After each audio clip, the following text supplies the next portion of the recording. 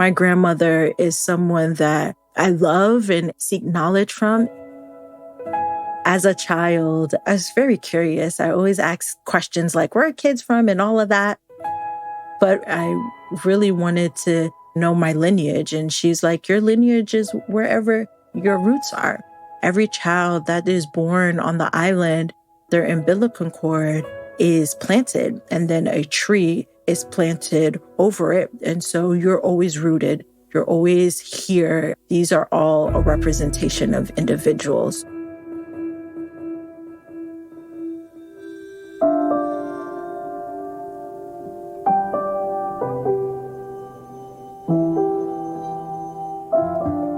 I'm Kate Tucker, and this is Hope is My Middle Name, a podcast from Consensus Digital Media.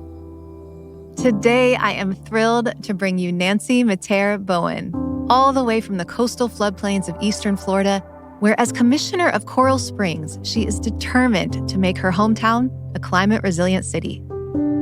I grew up going down to Florida to visit my grandma in Siesta Key, swimming those beautiful white sand beaches.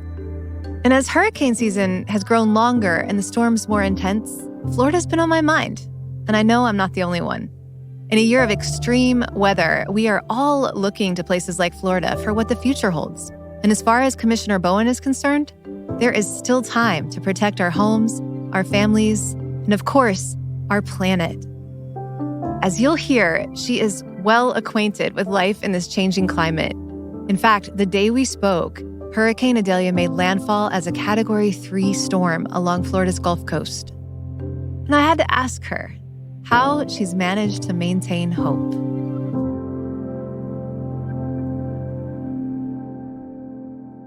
Commissioner Bowen.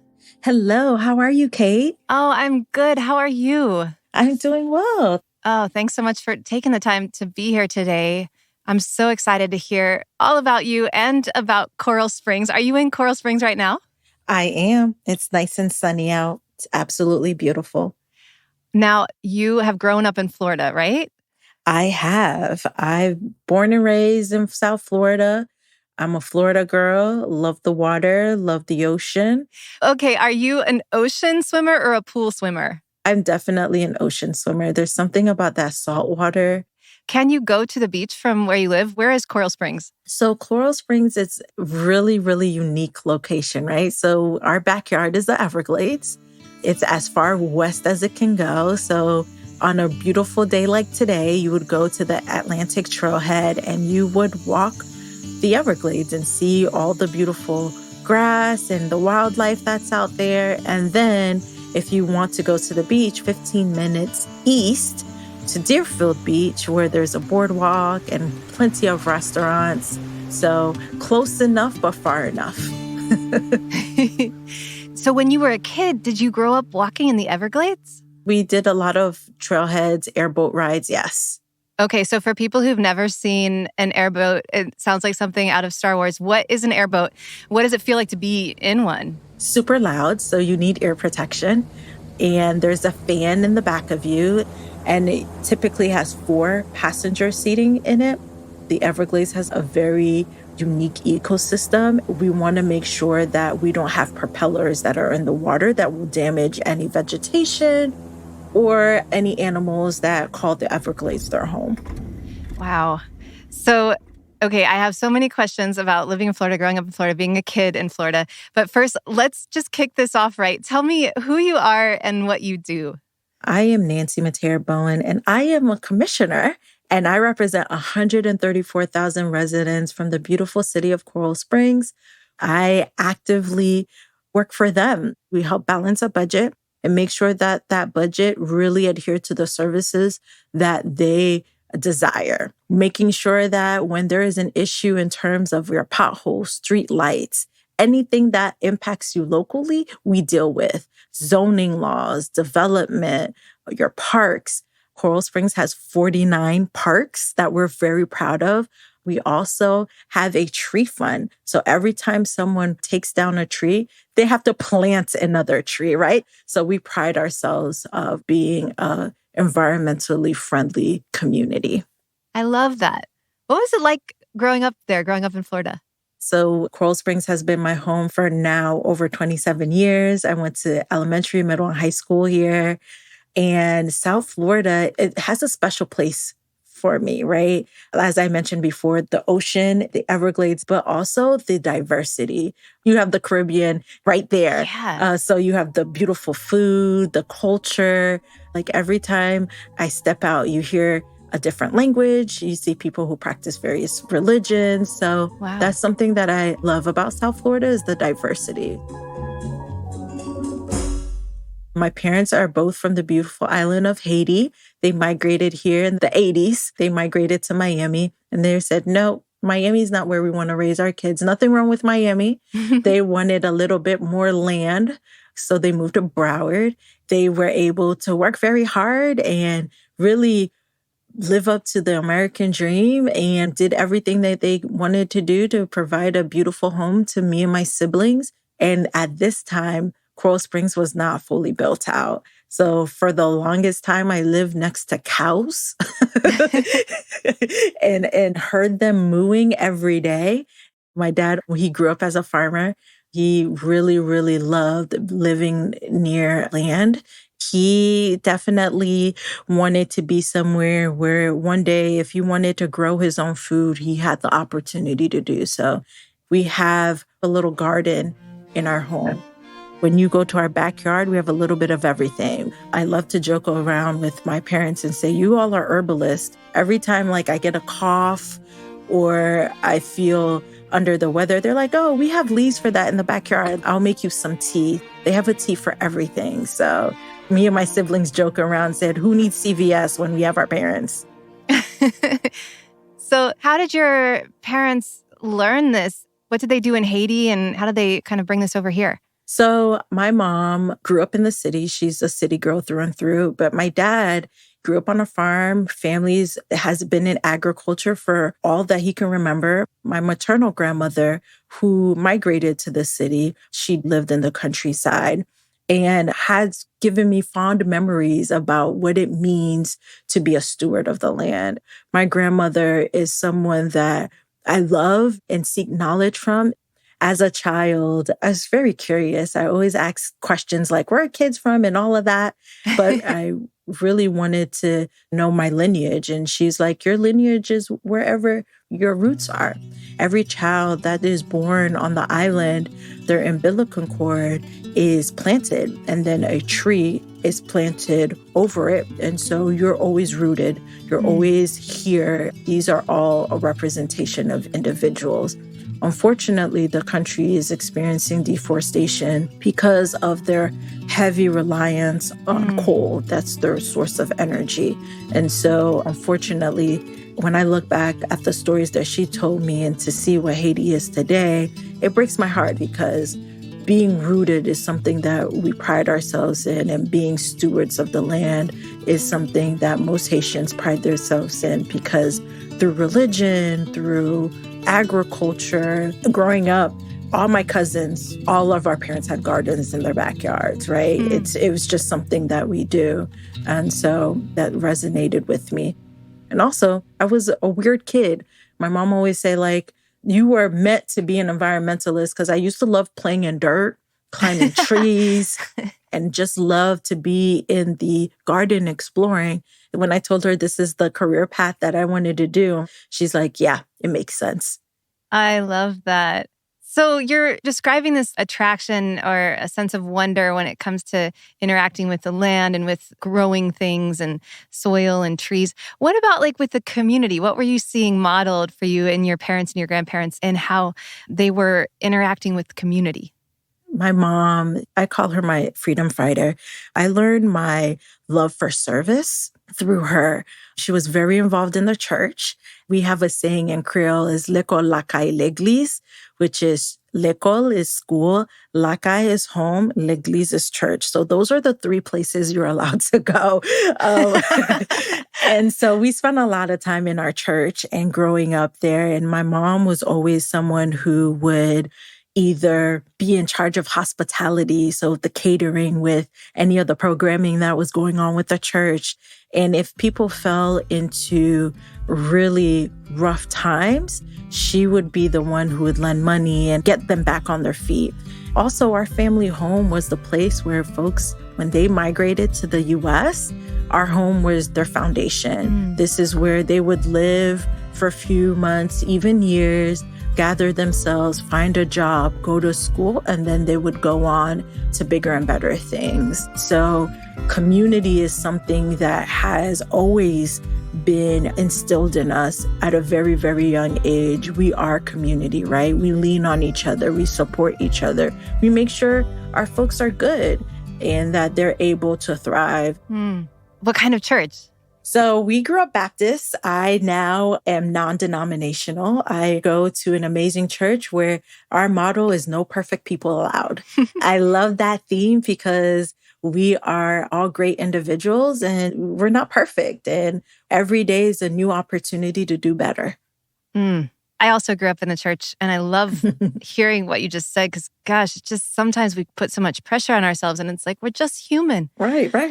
I'm seeing this picture of you as this inquisitive child growing up in a really beautiful, thriving community that's connected with nature. And I'm curious how your faith kind of informs how you see your sense of responsibility as a steward of creation. Yeah, so growing up in the church made me more appreciate the importance of caring for God's creations. Folks tend to think that we have domain over the earth, but in actuality, God is the overall creator, right? And we have to make sure that we protect what he's created for us. And so that is something I think people tend to forget. Like, we're the dominant species. In actuality, we work all together. Like, it's a nexus. We rely on the earth just as the earth relies on us. And so it's just super important that we take care of this beautiful earth because there is no planet B. There isn't. So how do you share your perspective, that message of respect and stewardship? I pride myself with being a teacher, an educator.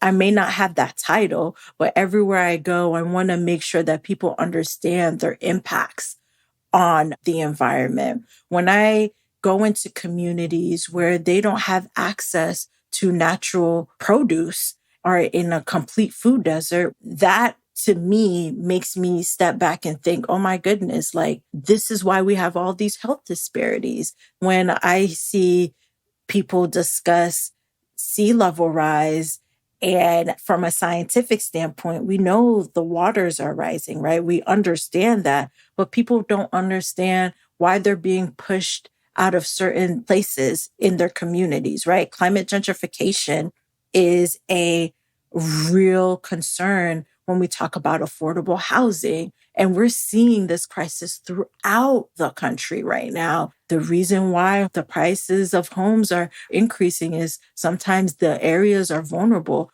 Hurricanes, I'm speaking to Florida in particular, coastal areas are becoming more and more of an issue where folks aren't able to get homeowners insurance. It's a real thing, especially when people are just struggling to make ends meet. When you add climate change to that, it just makes it an overwhelming issue. Yeah. How many major hurricanes have you seen hit the state in your lifetime?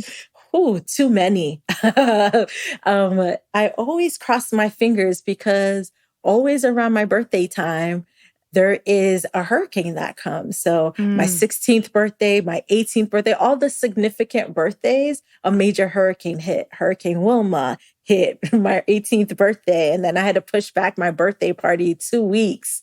And that put us out of school, our homecoming game, all of that. It was a big mess. But as we are seeing, these hurricanes are becoming more and more severe. And you have individuals whose entire livelihoods are wiped away because our insurance companies no longer think the market is viable here in Florida. And so they're all pulling out. So this is a major issue here in Florida. So I watched this past weekend a documentary on Hurricane Ian and its impact. It's so staggering to consider what it would feel like if I were planning a birthday party and I wasn't just worried about whether it was going to rain, but whether it was going to pour, into a 16-foot storm surge. It's just like, how does it feel to live under the reality that every year there's a season where your whole entire house and belongings and potentially people you love could be washed away? It doesn't feel good. Let's start with that, especially with major milestones. There's whole markets who say, don't have weddings during this time, don't have any major accomplishments during this time because we're competing against hurricane season. Hurricane seasons are between the months of June to November 31st. It's drilled into your head, just like in other parts of the country, what to do during an earthquake, what to do during a tornado. Well, we know during these months, you need to have canned food, you need to have water, flashlight, a backup generator if you can afford it, and all of the things to make sure you're prepared and ready to evacuate if you need to. So having some money stashed away. And so this particular season, you saw people becoming very panicked because they were up against inflation. So how am I going to prepare for a storm, but also think about how am I going to live? How am I going to make sure I pay my homeowner's insurance and all of the things that are increasing? And so that created a sense of panic. Knocking on wood, we are going to end hurricane season with no more hurricanes, because our communities can't afford it. And it's also very devastating to see people lose everything. People have worked their whole lives to create a home for themselves and their families. And then in the blink of an eye, it can be washed away. Do you have any recollections of maybe a time, maybe it was your first major hurricane where you had to decide if you were going to evacuate or not, or decide, where you were going to go and how you were going to protect yourself? So one major hurricane that I will never forget, and everybody knows where they were at this time, Hurricane Andrew. That was one of the most devastating hurricanes. And I remember me and my baby sister, my mom put us in a closet and she was just like, here are some toys, hang out here. Everything will be all right. But we heard the whistling, we heard things flying. I remember being extremely, extremely scared. And then the next day, seeing everything around me being devastated. You see cars over here, trees over there, roofs torn off. That is one particular hurricane I will never forget. Wow. So you're living in this sort of tension. Every year there's this very long season, and you go and study environmental science and policy, and you return to a city that is in the FEMA coastal floodplain. There's a study from 2017 that names it fourth in the nation for cities most vulnerable to coastal flooding. How did you decide to do that? And take me to where you are today with your vision for Coral Springs as a climate resilient city. Yeah, so what I'm super proud of our city is that under my tenure, I advocated for a sustainability manager. I ran on a platform that really centered environmental resiliency and environmental sustainability. When I put out my 90-day plan, that was the first thing on my list, making sure that our city is resilient, that our infrastructure is up to date, because I have a vested interest there. My parents worked very, very hard for the home that they built and created for us. And one day will be passed down generations to generations, because that's what we do. You pass things down. And so as a city commissioner, I continue to push city staff in making sure that we are as resilient as we can be, whether that is hiring staff that can make sure that we can mitigate climate change or create plans that help us adapt to climate change, whether that is creating a sustainability action plan that ensures that we are thinking 10, 15 years ahead, making sure that we are investing in new technologies that ensures that we are divesting from fossil fuels. Environmental issues are concerns that I take very, very seriously, because I see it as protecting not only myself, but protecting my legacy. Was there a moment where you decided, I'm going to run for office? I have to run for office. Take me to that moment. I did not think I was going to run for office, to be quite honest with you. I just didn't want to deal with the politics. I know it's crazy to say, but I just wanted to do the work. And so when the opportunity presented itself, I asked everybody but myself to run for office, right? I called all my friends and said, oh my gosh, you need to run. And then I had a friend who said, I don't want to run. I can't run, but you should. Have you thought about running? I was like, no, I don't think I should run. And Why didn't you think you should run? too young. I felt like, the imposter syndrome, that is very real. Like, are people going to listen to me? Are people going to think the issues that I care about are important? And come to find out, people listened to me. People thought those issues were important. And people were very, very motivated to go to the polls to ensure that environmental issues were on the ballot. They were just as concerned, and they also wanted to find solutions to make sure they protected their legacy. You have individuals who put all of their savings into purchasing their first home in our community, right? And they want to make sure that we're doing everything in our power to protect that.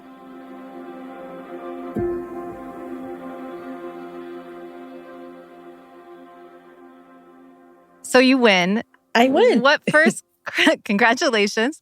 What crossed your mind when you found out you won? What was the first thing you thought? I didn't believe it at first. Me and my friends were waiting for the results. And at this time, this is COVID.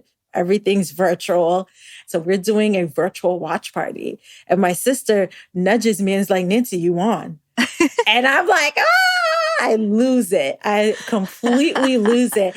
And then I start crying because I worked really, really hard at being able to reach and share my message with 134,000 residents. That is one of the hardest things I have ever had to do. But it was very rewarding. And also it was a sign of, we can do this. You can do anything you put your mind to, right? I have little boys and girls of Haitian descent who said, you are the first Haitian-American elected official that I know that I can actually contact or be able to say, I have a Haitian-American that represents me. It was very powerful because they could see themselves in me. So with all of that, what does the responsibility feel like? I mean, you have a very big vision. I just have this picture of you standing up against a hurricane, like a wall of water, and protecting your legacy and the legacy of Coral Springs. Well, Kate, I would be lying to you if I said every day is glorious, because there are good days and bad days, but I lean into the good days. And when those tough days become more and more apparent, I remember why I do this, and that's what grounds me. My faith really grounds me as well. I'm a believer. I say, if it's in God's will and it's meant for me, nothing can come in between that. It's like marketing, making sure that any project or any initiative that comes across our desk, there's an environmental aspect to it. Tell me a couple initiatives that are directly related to climate resilience that you're working on. So Adopt a Street initiative. I've adopted a street, Metayer Bowen Lane, where we keep clean all the time. We set a goal by 2050 to make sure all our fleets are electric, all our city buildings are relying on some type of renewable energy. And I'm super proud of that. We're building our downtown corridor, making sure there's green spaces that are incorporated in that to help absorb carbon dioxide, making sure that we are creating plastic-free zones. So we're rewarding businesses who move away from single-use plastics. I fight against legislation that discourages our homeowners from getting solar panels or becoming more energy efficient.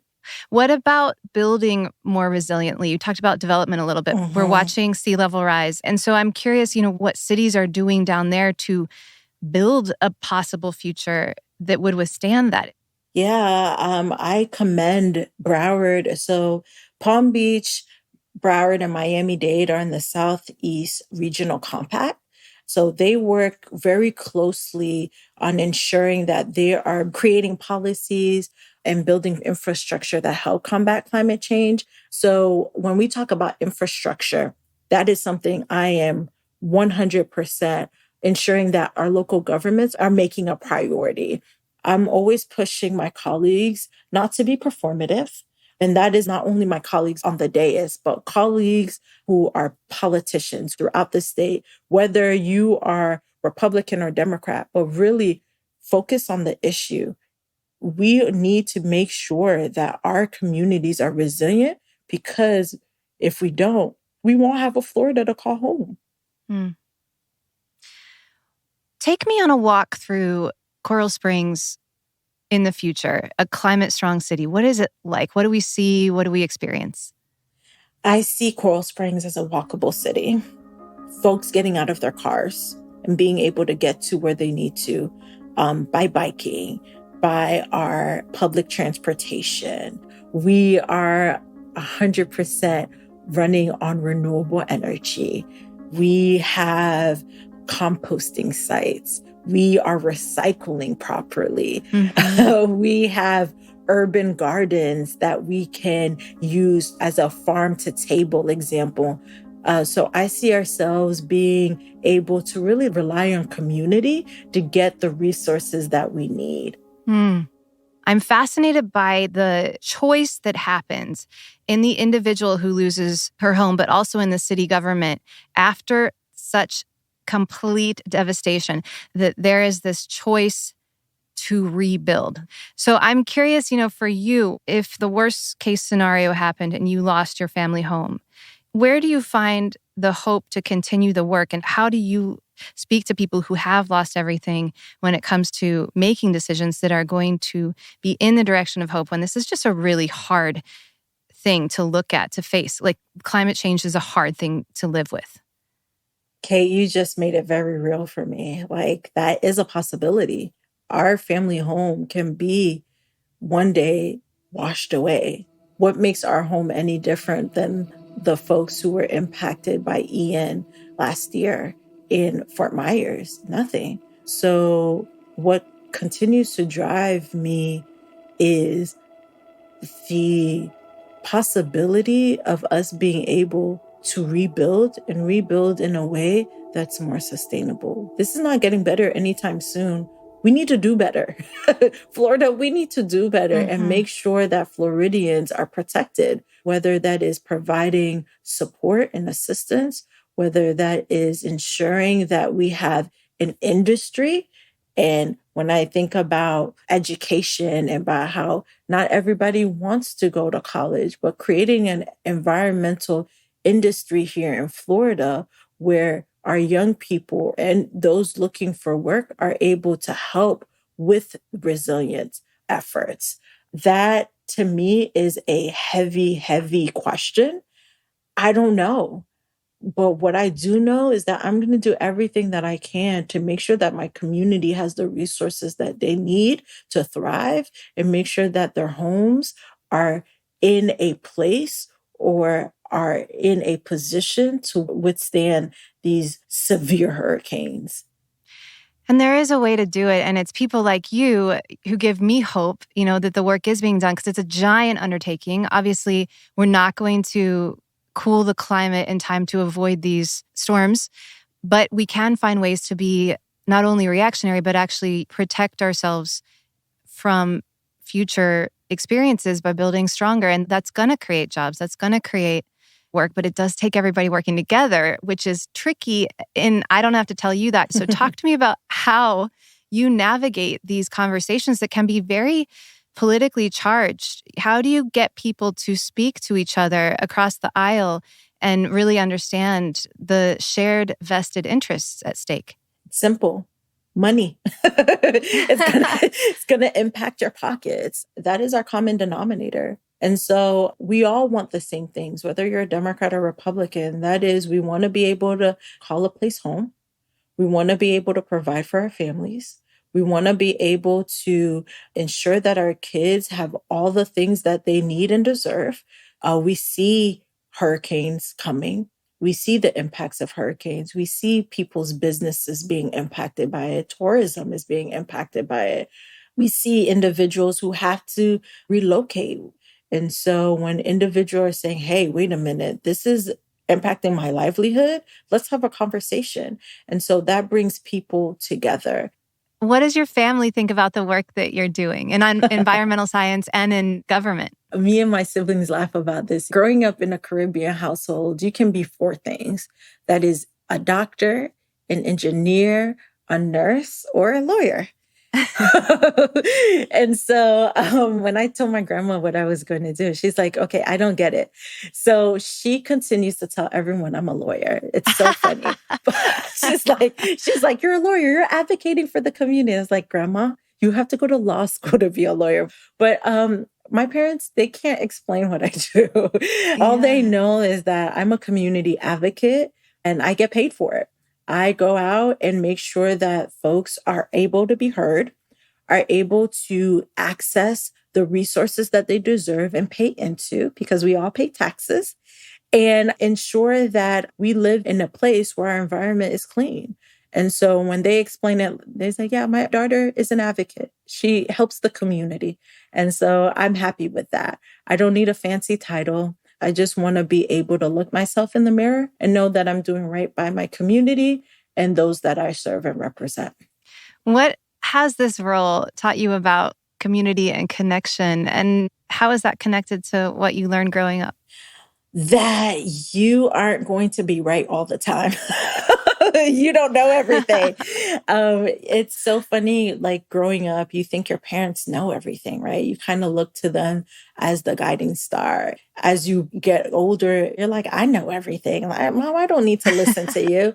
And so it's the same thing with community, right? Your community comes to you because they think you know everything. And sometimes I have to let them know, like, listen, I have to lean on you all. You all drive legislation. If I don't know the issues that impact you, I can't do my job well. We need each other to make sure that we live in a place where everyone can thrive. And so I lean heavily on my community to help guide me.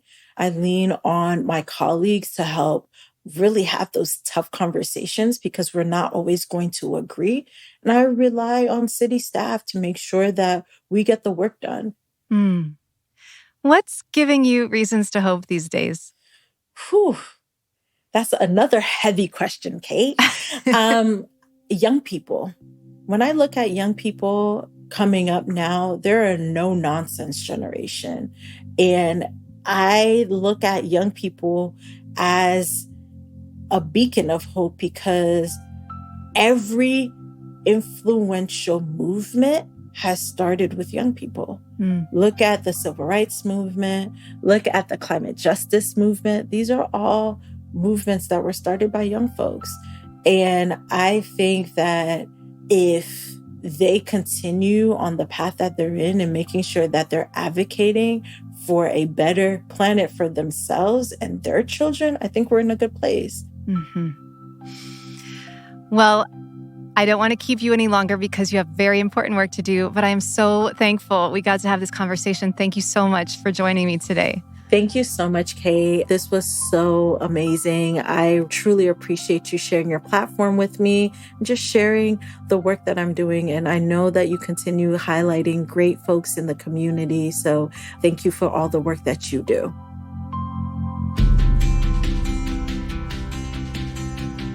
Thank you so much to Commissioner Bowen for giving us the inside take on building climate resilience against all odds with purpose, love, and a whole lot of hope.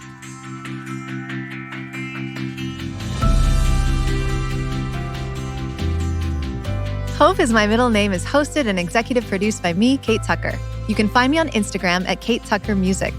And if there's someone you think belongs on the show, send me a message. This episode was produced by Christine Fennessy with editing from Rachel Swavey. Our production coordinator is Persia Verlin. Our sound designer and engineer is Mark Bush. Music by the fantastic artists at Epidemic Sound, Soundstripe, and me. Big thanks to Connor Gahn, our publisher and fearless leader at Consensus Digital Media. Hope is My Middle Name can be found on YouTube, Apple Podcasts, Spotify, or wherever you listen. It would mean a lot to us if you would follow, rate, and review the show. Hope is My Middle Name is a podcast by Consensus Digital Media, produced in association with Reasonable Volume. See you next time.